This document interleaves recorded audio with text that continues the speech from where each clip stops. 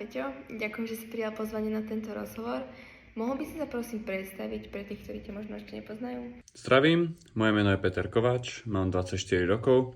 Prvých 19 rokov svojho života som strávil v Leviciach, kde som študoval na gymnáziu Andreja Vrábla.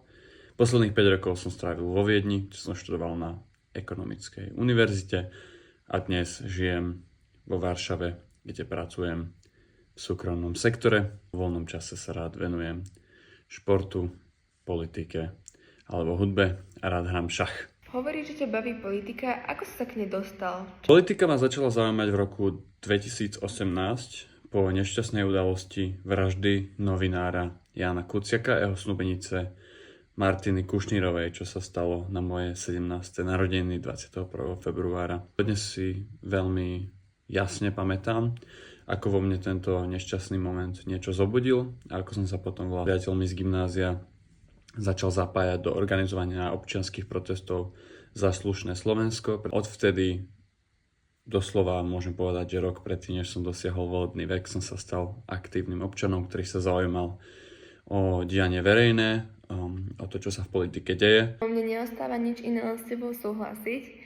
Mohol by si nám ešte prezradiť, čo pre teba osobne znamenajú Levice ako mesta? Myslím si, že Levice určite ponúkajú veľmi veľa rôzne zaujímavých možností pre rôznorodé kariérne smery.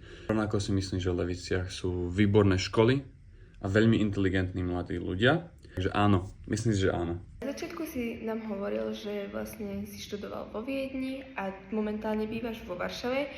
Ako sa dostal do Viedne a ako sa dostal do Varšavy? Do Viedne som sa dostal prijímacími skúškami a ešte predtým som sa dostal štúdiom jazykov a samozrejme teda angličtiny a nemčiny. Následne teda po zrušnej maturite v roku 2020 plnému venovaniu sa príprave na prijímacie skúšky na Viedenskú ekonomickú univerzitu, ktoré som zložil úspešne v lete 2020. Som sa vlastne dostal do Viedne a rozhodol som sa tam zostať aj po ukončení bakalárskeho štúdia, ktoré som ukončil v máji 2023 na magistra, ktorý som ukončil toto posledné leto 2025. No a do Varšavy, kde žijem dnes, som sa dostal pracovne. Som pre medzinárodný konglomerát SAP, alebo SAP, ako ho poznáme na Slovensku, kde sa venujem obranným klientom, ministerstvom obrany a armádam NATO, v rámci ktorého som dostal prácu venujúcu sa primárne východoeurópskym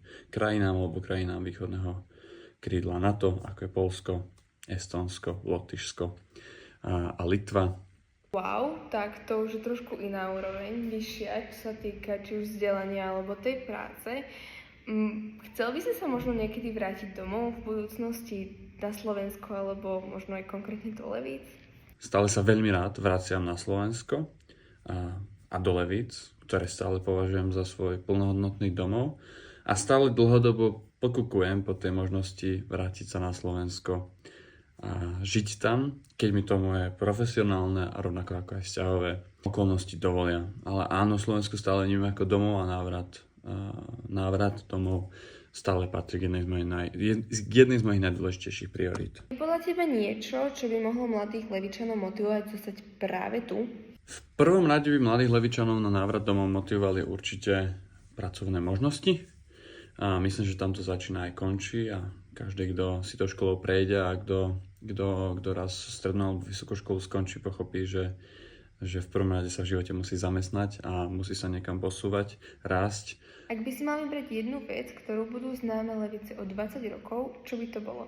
Prípadne, na čo môžeme byť my ako Levičania hrdí? Ľudia, ktorých pošlú do sveta a ktorí tým Leviciam urobia dobré meno.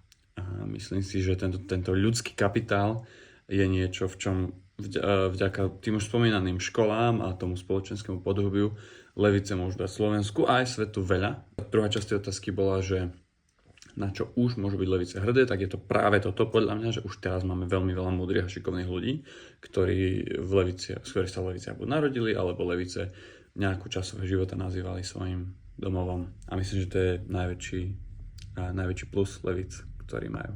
Čo by si poprial Levicám k 870. výročiu? Leviciach by som k ich 870. výročiu poprial hlavne veľa dobrých ľudí, veľa dobrých, múdrych mladých ľudí, ktorí sa o ne budú zaujímať a ktorí ich budú ďalej zveľaďovať. veľa dobrého vína, ktorým sú Levice tak či tak známe a v prvom rade pokoj, ktorým sa toto mesto aj pre mňa stále vyznačuje a stále zachováva v mojej pamäti.